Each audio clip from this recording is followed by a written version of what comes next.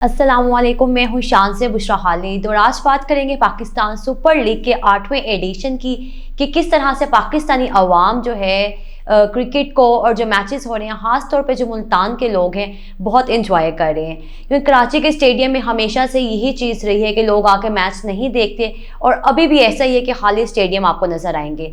लेकिन मैच की बात करें, गुज़िश्ता रात जो मैच खेला गया, एक तरफ कप्तान थे पाकिस्तान टीम के और दूसरी तरफ जो थे नायब कप्तान थे मोहम्मद रिजवान और वर्सेस बाबर आजम।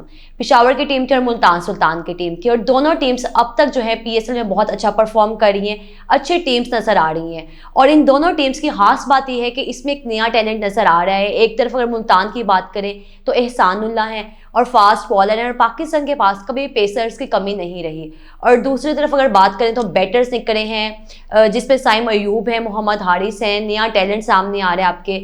और लेकिन साइम अयूब की बात करेंगे, कल जिस तरह से उन्होंने इनिंग्स खेली शुरू में आके, और वही एक प्लेयर थे जो फॉर्म में नज़र भी आए पेशावर की तरफ से। उसके अलावा बाबर आजम जो थे एक बार फिर से एहसानुल्लाह से आउट भी हुए, एलबीडब्ल्यू थे और काफ़ी वहाँ पे डिसअपॉइंटेड भी थे कि वो उस शॉट को उस तरह से खेलना नहीं चाह रहे थे, लेकिन उन्होंने वहाँ पे गलती की और बॉल आउट भी हो गए।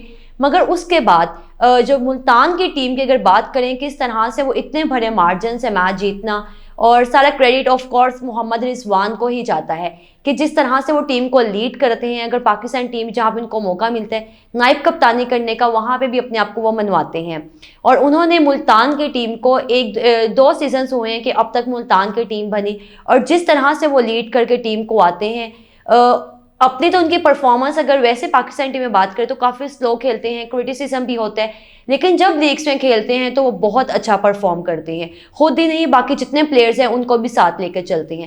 इससे पहले एहसानुल्लाह की अगर बात करेंगे, जिस तरह से वो परफॉर्म करते थे नहीं रिदम में थे, लेकिन अब जब भी कैप्टन पे बहुत ये चीज़ डिपेंड करती है कि वो कितना कॉन्फिडेंस देते हैं अपने प्लेयर्स को। और मोहम्मद रिजवान भी अपने जो बैटर्स हैं, बॉलर्स हैं, हर तरह से उनको कॉन्फिडेंस देते हैं और काफ़ी काम भी रहते हैं। अगर आप उनको देखें और पीछे खड़े होते हैं और जो इनकी कॉल होती है और उन पे जो बॉलर्स हैं जब बॉल ड्यूरिंग बॉल जब वो करवा भी रहे होते हैं तो सेम उनकी कॉल पे ही आते हैं जहां वो कहते हैं बॉल करनी है, और ये कैप्टन का बहुत रोल होता है इस चीज़ में। और मैच आपका जो है 70% कैप्टन पे ही होता है। लेकिन बाबर आजम भी काफ़ी अच्छे कप्तान हैं और पाकिस्तानी टीम की कप्तानी भी कर रही हैं। लेकिन अगर उनकी टीम की बात करें कि साइम अयूब और मोहम्मद हारिस के अलावा कोई भी प्लेयर नहीं था कि जो नज़र आया, एक भी प्लेयर ने आके वहाँ पर नहीं खेला।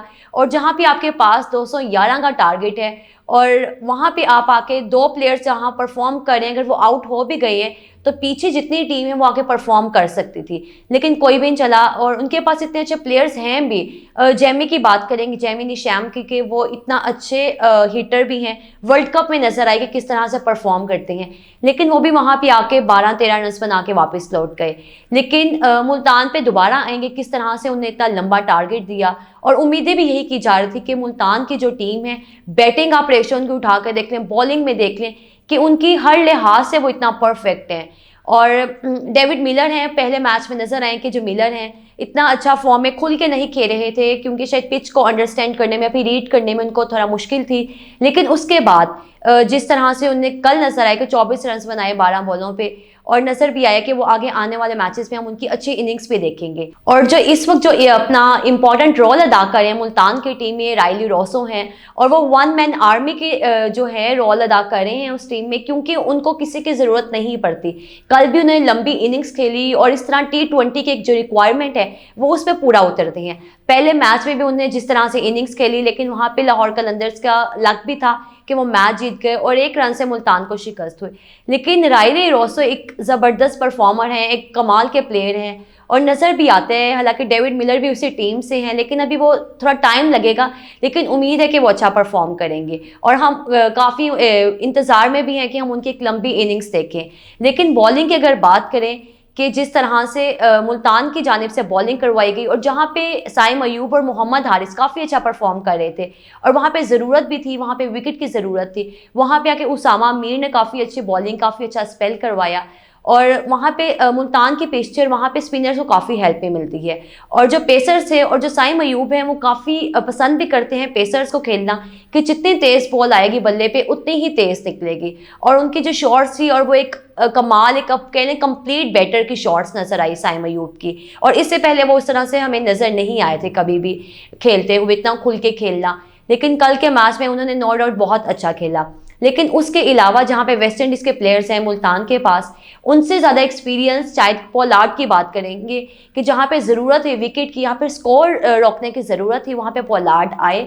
और T20 अगर किसी के पास T20 मैचेस का अगर एक्सपीरियंस है तो शायद पोलार्ड से ज़्यादा किसी प्लेयर के पास अब तक एक्सपीरियंस नहीं होगा कि इतनी लीग्स में खेलना, इतनी लीग्स में परफॉर्म करना।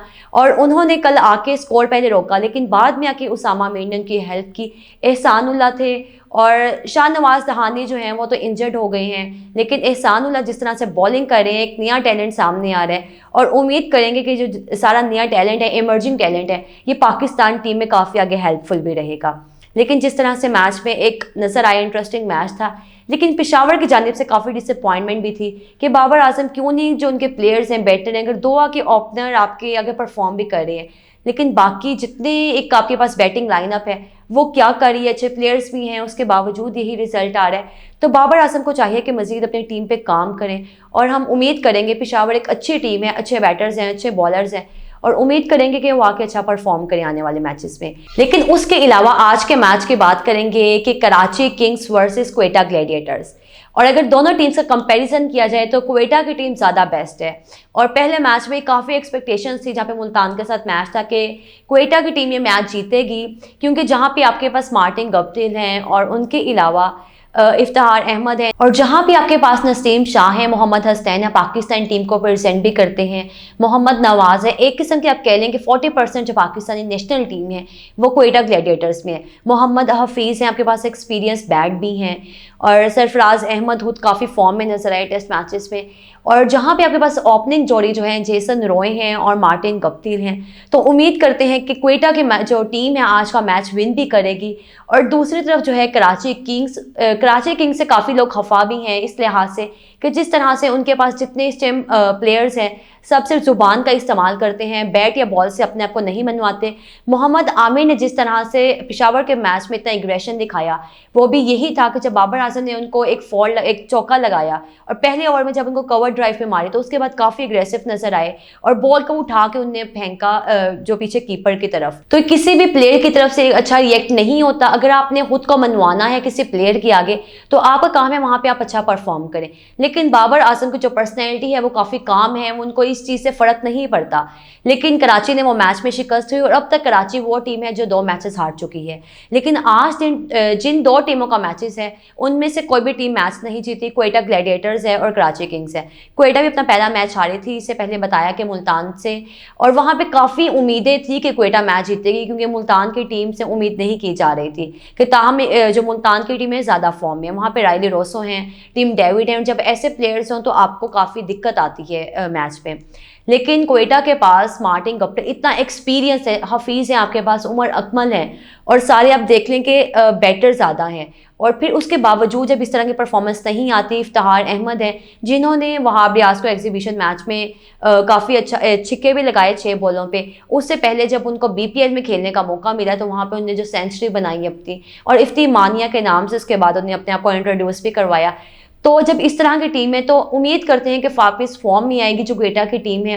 लेकिन जो कराची की टीम है उससे यही उम्मीदें की जा रही हैं कि अच्छा परफॉर्म करे। इमाद वसीम एक प्लेयर थे कि जो नज़र भी आया, उसे इनिंग्स खेली 45 बॉल्स पे 80 भी किया, लेकिन उसके बावजूद जो ओवरऑल टीम है वो बिल्कुल परफॉर्म नहीं कर रही। मलिक हैं, और मलिक जैसे जैसे उनकी एज ज़्यादा होती जा रही है वो अच्छा परफॉर्म भी करने लग गए हैं।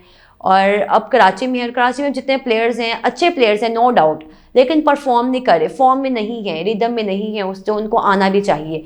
तो आज हम चाहते हैं कि एक इंटरेस्टिंग मैच देखने को मिले, वन साइडेड मैच ना हो, क्योंकि लीग्स में जब ऐसे मैचेस होते हैं जितनी आपके नए प्लेयर्स हैं, जो आपके नेशनल प्लेयर्स नहीं आते हैं या फिर वो प्लेयर्स जो डोमेस्टिक से आते हैं और नया टैलेंट सामने आ रहा होता है, तो उनको जब वो ड्रेसिंग रूम में या फिर मैच में इस तरह से काफ़ी सीखने का मौका मिलता है।